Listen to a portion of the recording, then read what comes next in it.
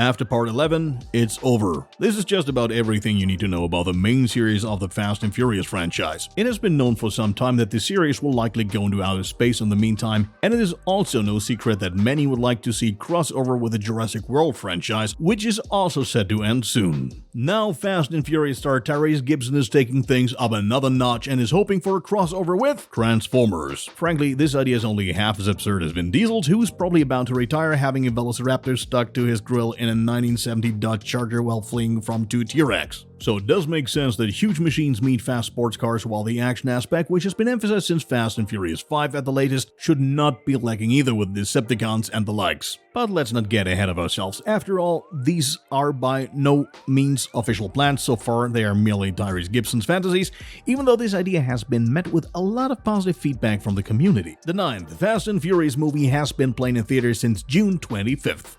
After it was announced almost a month ago that the new Tomb Raider movie will get a new script as well as the new title Obsidian, there are now new details about Alicia Vikander's second appearance as Lara Croft. As reported by the site Geek Vibes Nation, things suggest Central America as the setting similar to the video game Shadow of the Tomb Raider from 2018. Initially, supernatural events were also planned for the film, but that was still when Ben Wheatley was intended to be director. On the other hand, the series is now directed by Misha Green, and she obviously has some expertise in horror thanks to her series Lovecraft Country. The setting will be primarily based in the Mayan area, as evidenced not only by her first logline for the story but also by various casting calls. A precise release date for Tomb Raider Obsidian has not been set yet, but we will keep you up to date as always. After we recently learned that the upcoming Aquaman sequel will be called Aquaman and the Lost Kingdom, director James Wan posted another hint about the film's plot on social media. As we previously reported, judging by the title, Aquaman 2 will most likely revolve around the missing Seventh Kingdom. In connection with Wan's post from the set, which also marks the shooting start of the DC sequel,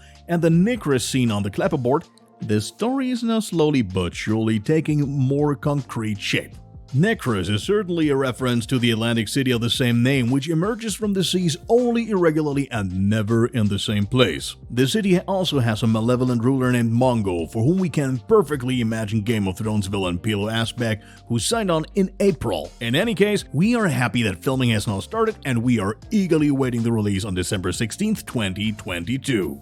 What at first sounded like a weird rumor might have actually been confirmed now, because Marvel is said to have changed one of the two post-credit scenes of the Disney Plus series WandaVision in the aftermath. More specifically, it concerns episode 9, in which Wanda stays in a lonely forest cabin to study the Darkhold. At first glance, some cosmetic changes are noticeable, that is, that the trees look a bit paler and also that the light is slightly altered. However, what is now causing quite a stir is a difficult to recognize outline in the forest sliding down the hill. Apparently, this figure is meant to be Doctor Strange. After all, Wanda is expected to play a crucial role in the upcoming Doctor Strange in the Multiverse of Madness. But is that really the case? We don't believe so, and Reddit user Xenophobe provides the most plausible reason in a simple video. It seems that the light shining out of the window of the cabin has been edited out. The problem is that they forgot to remove the effect from the rest of the scene as well, which is why it looks like a mysterious figure is flying down the mountain. In other words, it's a hoax. Still, there are two possibilities why the scene was changed optically. Either it also appears in Doctor Strange in the Multiverse of Madness and it was adjusted to avoid continuity errors, or we're really just talking about a clumsy mistake by the creators which can be traced back to the stressful schedule during the pandemic. Nevertheless, the whole thing generated quite a bit of buzz, although it was debunked in the end.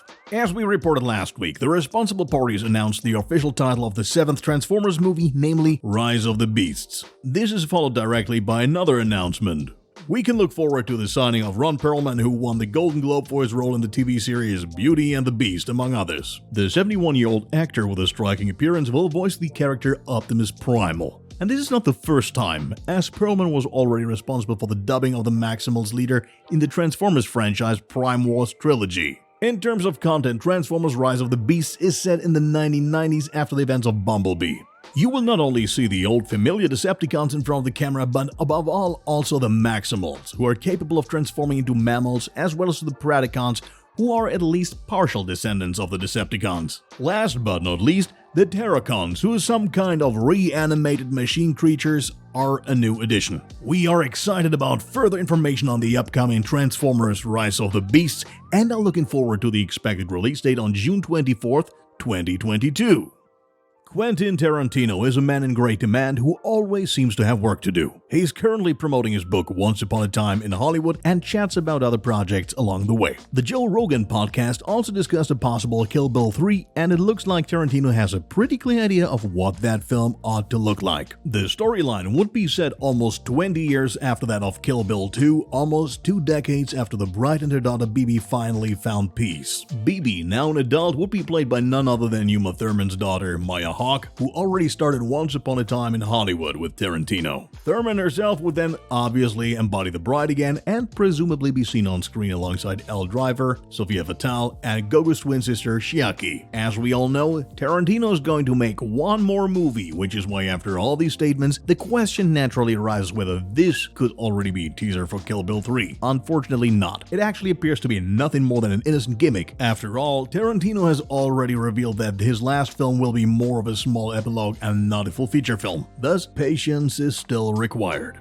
With Keanu Reeves and his character John Wick, our favorite killer will shortly be returning to the big screen. Last Monday, shooting began in Berlin for what is now the 4th part of this series. Although the official synopsis is not yet known, we can expect a fierce revenge campaign of John and the Bowery King against the High Table. Correspondingly, the cast is also growing, so besides Keanu Reeves, there will be Lawrence Fishburne, Rina Sawayama, and Shamir Anderson, as well as Donnie Yen and Hiroyuki Sanada. The latter are not only excellent actors, but also true legends in the field of martial arts. This will be quite convenient for the characters they portray, as we expect them to fight against John Wick rather than with him. So we can look forward to even more elaborate fight scenes and await the release of John Wick Chapter 4 on May 27, 2022.